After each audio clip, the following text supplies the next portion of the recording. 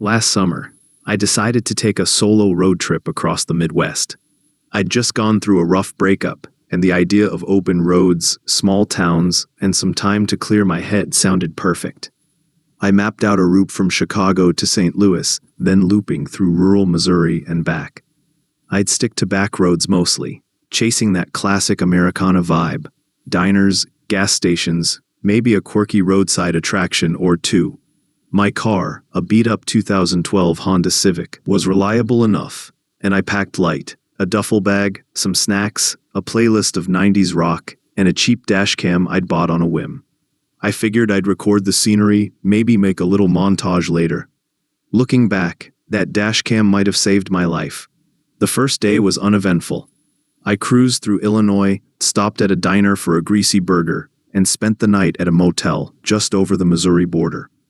Day 2 was when things started feeling off. I was deep in rural Missouri, on a 2-lane road that cut through endless fields of corn and soybeans.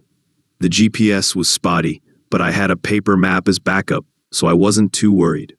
Around 3 p.m., I noticed the gas gauge was lower than I'd expected. I hadn't seen a gas station in over an hour, and the last town was a speck in my rearview mirror. The road was desolate. No cars, no houses, just fields and the occasional rusted mailbox. I finally spotted a gas station up ahead, a small, dingy place with 2 pumps and a flickering neon sign that read "Fuel and More." It looked like it hadn't been updated since the 80s, but I didn't care. I needed gas. I pulled in, and the place was eerily quiet. No other cars, no birds, just the hum of the neon sign. The attendant, a wiry guy in his 50s with a stained flannel shirt, was sitting on a stool outside the tiny shop. He didn't say a word, just stared as I filled up. I tried to make small talk, asking about the nearest town, but he just grunted and pointed down the road. His eyes followed me as I got back in the car, and I felt a chill, like I was being sized up. I shook it off as paranoia.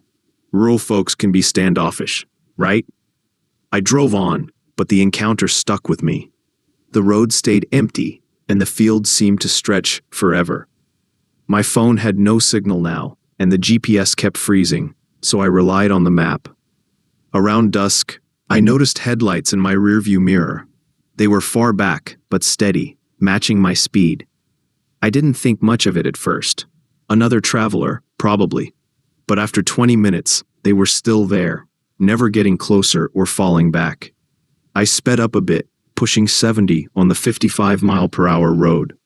The headlights kept pace. I slowed to 50. So did they. My stomach started to knot up. This wasn't a coincidence.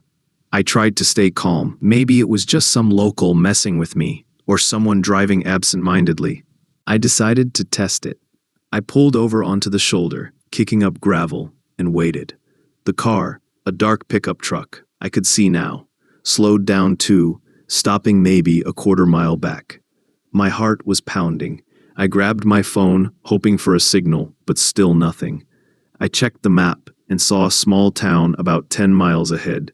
If I could get there, I'd find people, a diner, maybe a cop. I pulled back onto the road and floored it. The truck followed. It was closer now, its headlights glaring in my mirrors. I pushed the Civic to 80, the engine whining, but the truck stayed right behind me. I could make out 2 figures in the cab, but the glare made it impossible to see their faces. The road was straight, no turns to lose them, no other cars to flag down. Just me, the truck, and the endless fields. My hands were shaking on the wheel, and I kept glancing at the dash cam, wondering if it was still recording. I don't know why, but the thought of it capturing this made me feel slightly less alone.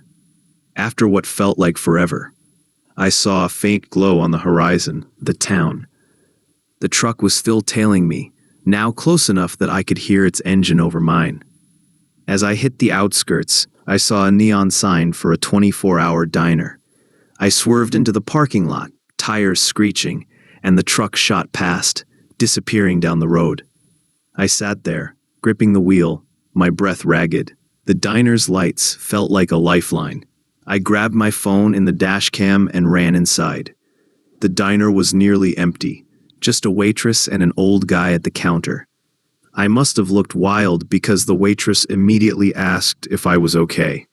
I told her about the truck, my voice shaking, and asked if I could use their phone to call the police.